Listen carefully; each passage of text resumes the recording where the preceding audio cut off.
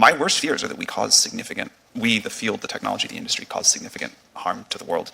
I think if this technology goes wrong, it can go quite wrong, and we want to be vocal about that. We want to work with the government to prevent that from happening, but we try to be very clear-eyed about what the downside case is and the work that we have to do. Astuce, je vous partage comment générer une vidéo avec l'intelligence artificielle. N'oublie pas de sauvegarder la vidéo. Dans un premier temps, nous allons utiliser Gemini qui est disponible en application comme sur un site internet. Je vais dans Gemini, je vais chercher à générer l'image d'un Hulk africain dans une rue africaine naturellement. Voilà l'image que Gemini m'a. La première fois que j'ai découvert ChatGPT et Midjourney, j'ai retrouvé la magie de l'Internet du début des années 2000. Je suis resté jusqu'à 4h du matin devant mon ordinateur parce que c'était enfin un Internet qui ramenait quand même, alors même si ChatGPT était complètement idiot, enfin, franchement, il faut le dire, il est stupide, enfin, honnêtement. Et a fait des recommandations au magistrat pour lui dire attention, il y a une différence entre la date de naissance de la mère par rapport au document qui est fourni. C'est parce que c'est des scripts en fait qui permettent de lire les données sur. Donc il y a déjà de l'IA. Sauf que nous ici, l'IA ne décide rien pour l'humain. L'IA permet juste de faciliter en fait la prise de décision pour l'humain. Donc l'IA existe. Où nous sommes en majorité jeunes.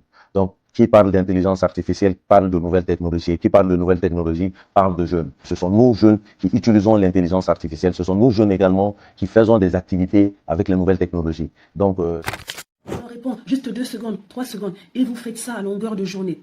Et donc souvent ces personnes-là, qu'est-ce qu'elles font? Il y a 3 options. La première option, elles vous disent souvent des phrases philosophiques du genre avant de demander à quelqu'un d'être ton mentor, qu'est-ce que tu lui donnes? Pense d'abord à ce que tu apportes à ton potentiel.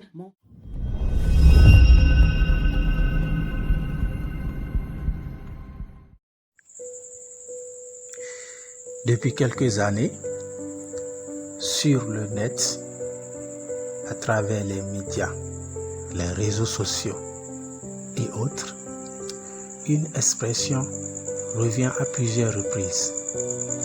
L'IA, intelligence artificielle. Au premier abord, on pourrait croire qu'il s'agit en fait d'une nouvelle innovation de notre époque. Cependant, la réalité reste tout autre chose.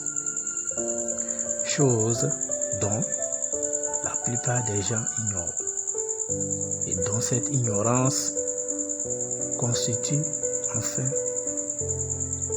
une bonne affaire pour certains individus. Afin de mettre une bonne fois pour toutes des points sur les i, nous allons essayer, je dis bien, nous allons essayer de répondre à quelques interrogations. Notamment, qu'est-ce que vraiment l'IA? Et d'où ça vient? Ensuite, à quoi ça sert? Quels sont les avantages et les inconvénients si possible? Et enfin, comment tout ceci finira un jour?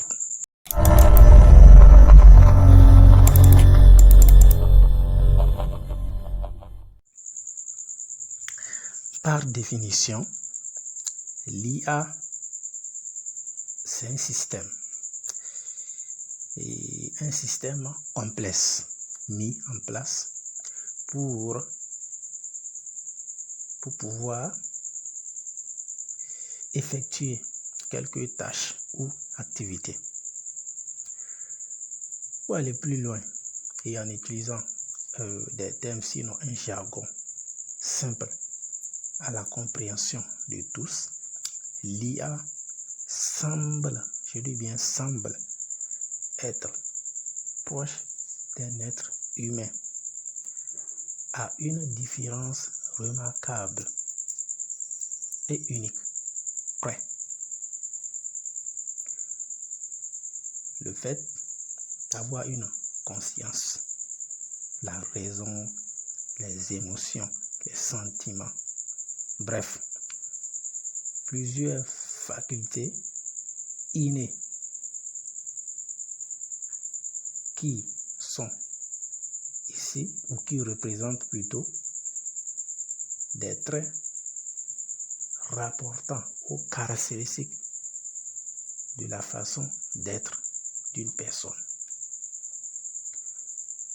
À l'opposé, l'intelligence artificielle est tout simplement une chose fabriquée par l'homme en personne et dont ce dernier tente de lui initier et l'instaurer à travers des masses de données. Et tout ça pour un but précis. En revanche, au vu de tout ceci,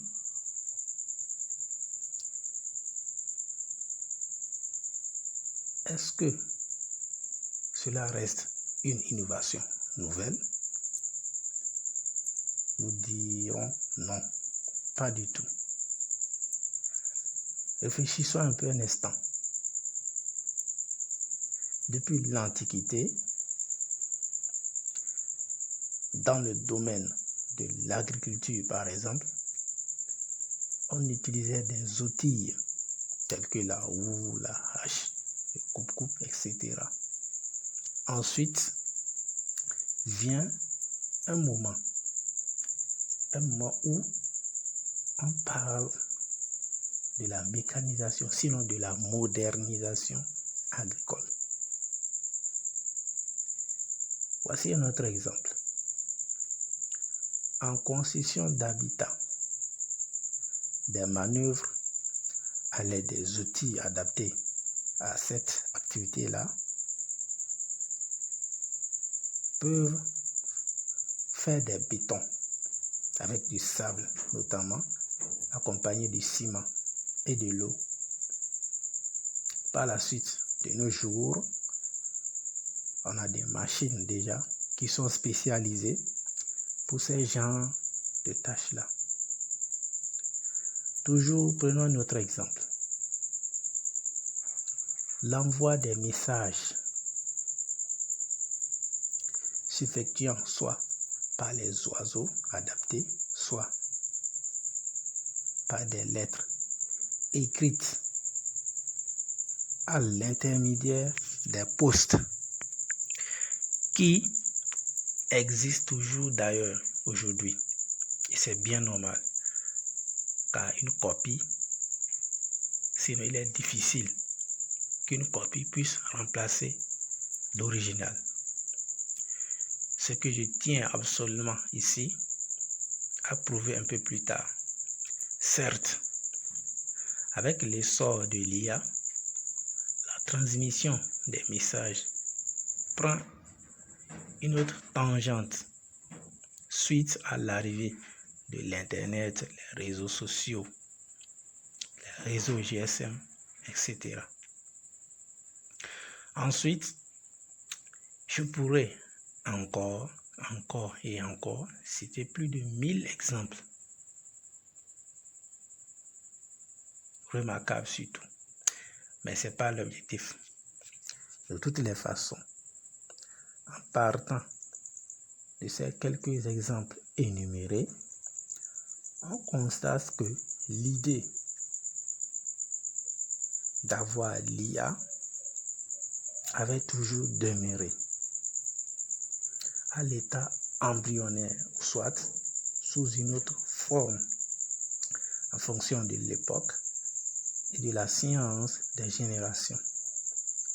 Puisque l'idée d'avoir une IA toujours vient de l'être humain, qui, à la base, n'est qu'un programme parmi tant d'autres. Un programme constitué d'un corps physique qui représente la matière, des facultés dont les sentiments, la raison, la conscience, la connaissance, etc. et des contraintes et manifestations extérieures auxquelles il sera confronté. En revanche, de façon parallèle et d'après quelques recherches et pratiques vérifiées surtout, le fonctionnement de l'intelligence artificielle repose essentiellement sur 3 bases. 1. Le soft, c'est-à-dire la partie logistique, l'algorithme, programmation et ainsi de suite. 2. Le hard. Là, à ce niveau, il s'agit du matériel, des serveurs, tout ce qui va avec. Et 3. Les données. Et c'est le plus important, puisque sans données, il n'y a pas d'entraînement. Et sans d'entraînement, on n'a pas d'IA tout simplement. Donc en résumé, l'IA n'est pas du tout une nouvelle innovation, mais plutôt une idée. Un système complexe qui évolue durant le temps afin de répondre aux besoins quotidiens de l'être humain, suivant divers domaines d'activité tels que la géométrie, la chimie, la biologie, l'agriculture, le transport, l'électronique, etc. Toutefois, l'IA ou la meilleure intelligence qui existe ou qui puisse exister a toujours été et restera toujours le cerveau humain.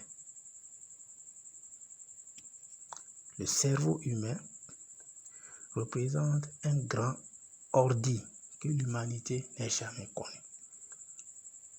De ce fait, il n'est pas exclu ici qu'au égard de certains chercheurs, en IA surtout, tentent d'expérimenter des faits analogiques.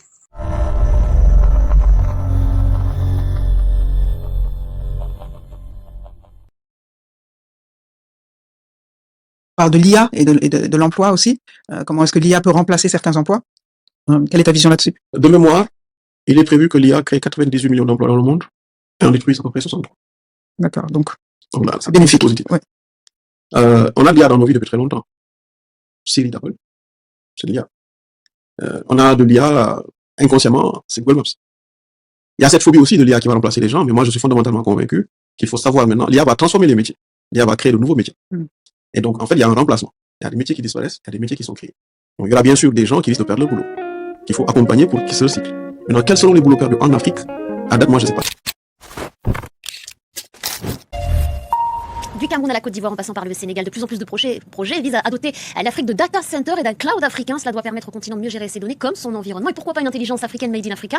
Alors la solution miracle, la question est en tous les cas posée. On en parle avec vous. Guillaume Gralet, bonjour Guillaume, merci d'être là. Bonjour, vous avez rencontré cette semaine un entrepreneur camerounais et il vous a pour le moins impressionné. Oui, il a beaucoup de suite dans les idées. Il s'appelle Anthony Samé. Il est né il y a 44 ans à Yaoundé au Cameroun et il a en tête en réalité de mettre au point des data centers qu'il va construire lui-même avec son équipe, totalement souverain, écolo, respectueux de la vie privée, respectueux des lois qui protègent la vie privée sur le continent. Il a déjà effectué ça à travers un data center qu'il a déployé au Cameroun et il est en train de le faire en Côte d'Ivoire et au Sénégal. Il a énormément d'ambition, également à Brazzaville, Lomé ou encore Douala. Et ce que je trouve très intéressant chez cet entrepreneur africain qui a été formé à Télécom Paris, qui est passé par Microsoft, SAP ou encore IBM, eh bien, c'est qu'il a beaucoup d'ambition pour le continent. Je vous propose de l'écouter, Navir. Mon actualité, c'est le premier data center éco-responsable en Côte d'Ivoire. Nous avons posé la première pierre la semaine dernière à Grand Bassam. C'est un bijou de technologie qui a cette dimension éco-responsable dans l'esprit de l'entreprise, pour lesquels nous avons bien entendu toute la partie énergie renouvelable avec près de 900 mètres carrés de panneaux solaires. Nous avons toute la partie brique de terre qui nous garantit un PE très intéressant, qui permet aussi de sourcer les matériaux de construction à proximité. Nous utilisons aussi des hommes et des entreprises locales. Le bureau d'études est local, les architectes sont locaux. Donc c'est véritablement un projet 100% africain pour notre projet de cloud 100% africain.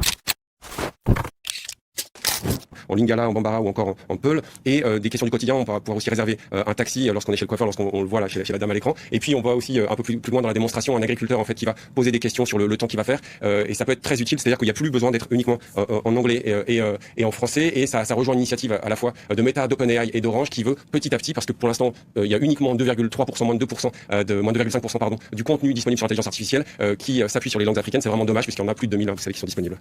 Et pour mettre au point une IA de qualité, il faut s'appuyer sur les mathématiques. Oui, c'est on a parlé tout à l'heure de l'initiative Indaba qui s'est retrouvée à Dakar début septembre. J'ai eu la chance de m'y rendre, c'était assez fabuleux. Eh bien, cette initiative, cette intelligence artificielle qui s'appuie donc de plus en plus, on a vraiment toute la chaîne de valeur, c'est-à-dire qu'on a les data centers, on a un cloud qu'on veut le plus protecteur possible, que l'on veut souverain. On veut s'appuyer aussi sur les talents locaux en mathématiques. Et cette école de mathématiques africaine, elle est disponible à Cape Town en Afrique du Sud, elle est également disponible au Rwanda, mais elle s'étend sur le continent et on voit véritablement des talents, c'est ça que je trouve très intéressant, qui veulent s'étendre sur le continent. En essayant, c'est assez intéressant d'être de plus en plus frugaux.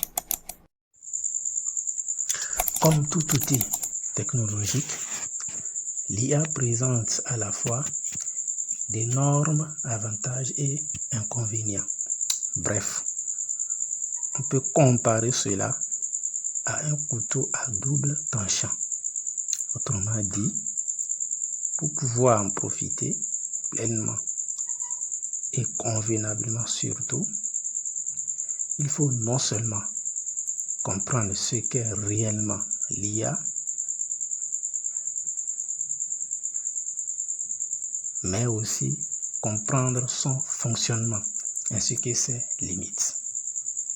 En général, l'IA nous aide à rédiger un article, réaliser une affiche, analyser un document, résumer un test, calculer, prédire des faits grâce aux données, réaliser des belles images et vidéos, développer des sites, des logiciels, diagnostiquer des maladies, récolter des infos, faire des achats et ventes, perfectionner aussi nos talents spécifiques rapidement, se repérer au niveau géographiquement parlant à l'issue d'un voyage, and so. Donc, je pourrais bêtement continuer à en citer. En quelques termes, l'IA constitue ici un assistant virtuel ou physique. Pourquoi physique? Ici à ce niveau, on pourrait parler des voitures intelligentes, des robots déployés à travers des usines de fabrication et de transformation et autres. Donc, l'IA doit constituer un assistant virtuel ou physique qui doit être là pour vous aider à effectuer rapidement et efficacement surtout une activité afin de gagner le temps. C'est l'enjeu et l'objectif crucial. Cependant, la plupart des gens ne le savent pas, à défaut d'être mal informés. Et comment peut-on expliquer ce fait? Ce que nous amène directement dans la dernière partie de cette analyse.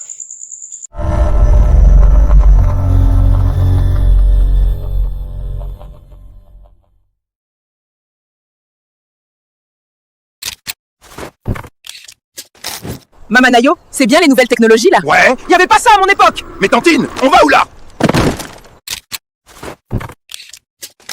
Vire tout de suite tous tes monteurs vidéo. Car tu peux maintenant utiliser ChatGPT pour créer des vidéos complètes pour toi et en quelques secondes. Pour faire ça, tu vas aller sur ChatGPT, tu vas installer le plugin Wikipédia, CapCut et Canva. Ils se trouvent tous dans le plugin store. Ensuite, tu vas suivre ces 3 étapes. 1. Demande à ChatGPT d'écrire un script vidéo sur le sujet de ton choix. 2. Demande à ChatGPT de réaliser la vidéo en utilisant CapCut. Et 3. Tu peux même demander à ChatGPT de réaliser la miniature de cette vidéo avec Canva. En quelques secondes, ChatGPT va écrire le script de ta vidéo, il va créer la vidéo et la monter avec CapCut et faire la mini avec Canva. T'as presque plus besoin de monteur, juste utilise l'IA. Quels sont ces métiers qu'un logiciel ne peut pas remplacer? Nous avons posé la question au plus célèbre d'entre eux, ChatGPT, qui de son propre aveu n'a pas de compétences émotionnelles. Comme nous l'explique en chair et en os cette spécialiste, voici les emplois d'avenir qui ne seront jamais remplacés par une intelligence artificielle. Ce sont soit des métiers qui s'appuient sur des gestes techniques, soit des métiers qui ont beaucoup de relationnel. Ça va être le coiffeur, ça va être le cuisinier, ça va être l'aide-soignante ou l'aide-soignant, ça va être le généraliste, ça va être votre cordonnier, ça va être votre plombier. Pour tous les autres, le risque est soit d'être remplacé par une IA, l'intelligence artificielle fait le travail. soit par des salariés qui savent utiliser ces outils. Dans ce cabinet d'avocats, on ne recrute que des profils à l'aise avec le numérique. Il faut dire que le patron, maître Alain Bensoussan, maîtrise les robots. Qui est propriétaire des données personnelles ? Il n'y a pas de législation sur la Il utilise un assistant vocal, mais surtout un logiciel intelligent qui lui rédige tous ses contrats, dossiers de plaidoirie, assignations, des documents dont la rédaction se fait quasi instantanément. Il va mettre une poignée de secondes, hein, alors qu'une secrétaire aurait mis des heures à faire cela. Il gagne plus de 10 heures par semaine. Alors vient la question qui fâche, sur ses 80 salariés, a-t-il supprimé des postes? Eh bien non. Il a certes moins de secrétaires, mais il a embauché des informaticiens et a libéré du temps pour ses avocats. L'humain se consacre à la créativité, à la stratégie, aux tactiques, et les robots font un travail de labeur. Encore faut-il se former à l'utilisation de ces logiciels. Comme dans cette école où l'on apprend les métiers du numérique, nous y rencontrons un confrère. Je suis journaliste depuis 30 ans dans la presse écrite. Et puis, maintenant que l'intelligence artificielle est capable d'écrire, de parler, d'écrire comme des journalistes, moi j'apprends la langue des machines pour essayer de rééquilibrer un peu les choses et joindre la compétence des chiffres à celle des lettres. Peut-être pour faire du data journalisme. Il apprend le code. Comment tu utilises l'index 18 ? Langage pour nous un peu obscur. Et du coup, c'est le point iloc. Mais que lui a maîtrisé en quelques jours. La longueur du data frame ? Après 12 semaines, ces élèves, pour la plupart en reconversion, pourront être embauchés comme analystes de données, l'un des métiers aujourd'hui les plus recherchés.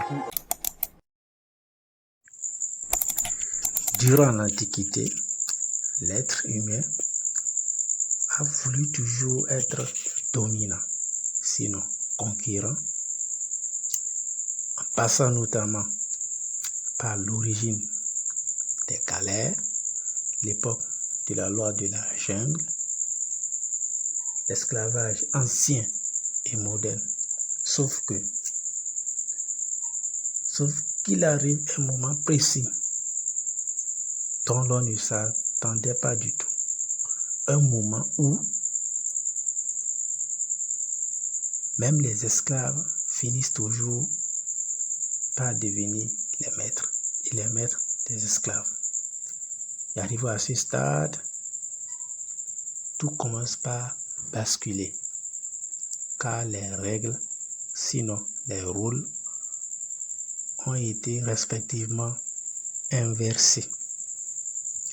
À titre d'exemple, cela s'explique du fait qu'un individu, en tant que programme, doté de raison, d'intelligence, de conscience, tout ce qui va avec, utilise l'IA pour ceci, par exemple, 1. Comment draguer une fille, ou vice-versa. 2. Comment gagner de l'argent.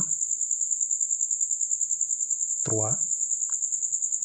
Je suis triste, peux-tu m'aider à aller mieux? Donc, ce sont des exemples parmi tant d'autres. Et là, je dirais honte vraiment et dommage. Dommage. Et quelle triste réalité. Puisque l'extinction même de l'IA provient surtout des données d'entraînement, des données qui ont été à la base recherchées, collectées, analysées, traitées, puis stockées dans des bases de données, d'algorithmes et de programmation logique, soit le moteur même de ces IA-là. Tout ceci nous amène à retenir une seule chose. Le fait que l'IA ne pourra jamais et jamais remplacer l'humain, quelles que soient les circonstances. Exception faite à un groupe d'individus qui ignorent pratiquement toute la réalité cachée derrière. Et justement à ce propos, nous avons une bonne nouvelle pour toi. Dans très exactement 4 mois, si tout va bien, et par la grâce de Dieu surtout, il sera lancé un premier résultat des recherches de plus d'une quinzaine d'années effectuées sur le thème central de l'existence même, qui n'est rien d'autre que l'univers et l'humain. Un thème déjà abordé par plusieurs savants, philosophes, scientifiques, chercheurs. Un thème qui représente la vie. Un thème dans lequel tous sommes-nous, toutes fois inconsciemment rendus compte. La preuve est que, au début, et avec l'essor de la science, les philosophes se sont intéressés pratiquement tous à l'étude de l'univers. Puis, par le hasard des difficultés, les questionnements, les réalités des choses, ils se sont finalement orientés vers l'humain, a priori, tout en continuant bien sûr de faire avancer les choses. Voici ici, sous tes yeux, des résultats confrontés justement à l'IA. Ici, par exemple, nous avons procédé à une question-réponse.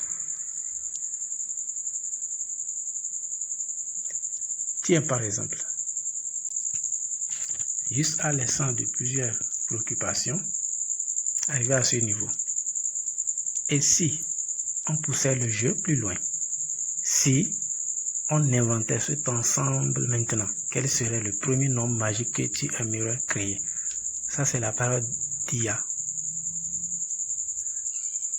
Ensuite, à l'intermédiaire d'une nouvelle question à ce niveau, voici sa réponse à partir de là. Excellent, tu as raison. L'éducation est la source de tout. Si on parvient à magiquement améliorer la façon dont on apprend et enseigne, alors tous les autres domaines, médecine, écologie, etc., suivront naturellement. Je suis enthousiaste à l'idée de construire ce concept avec toi. Voici ma vision pour ce nombre magique de l'apprentissage. Je vais te proposer plusieurs approches, car un bon nombre magique pourrait avoir plusieurs propriétés. Donc, un dessous. Donc, à la suite, on en a vraiment analysé les choses en profondeur. Et c'est vraiment quelque chose de fantastique. Et bien donc un événement.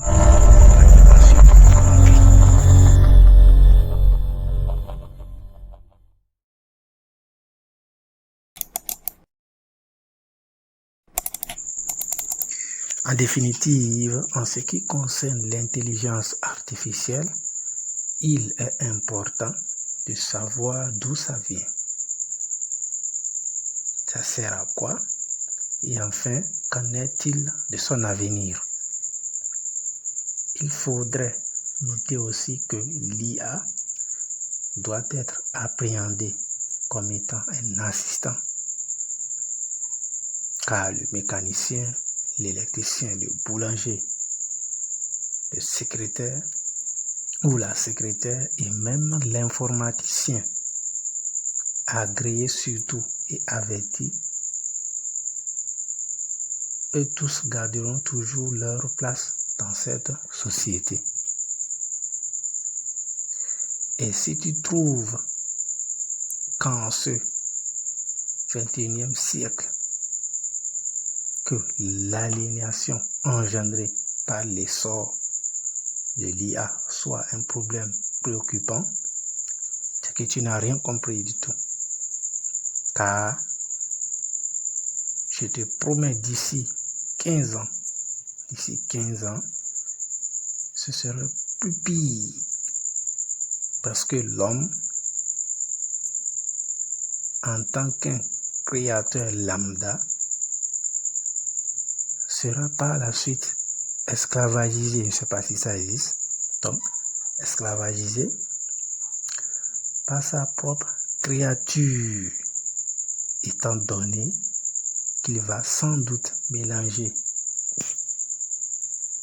à la fois le faux et le vrai de façon exagérée pour juste quelques biens matériels. Et à ce niveau, rien et rien surtout ne pourra arrêter le train. Ce catastrophe engendrera une conséquence dont on assistera à une accélération rapide du début de la fin.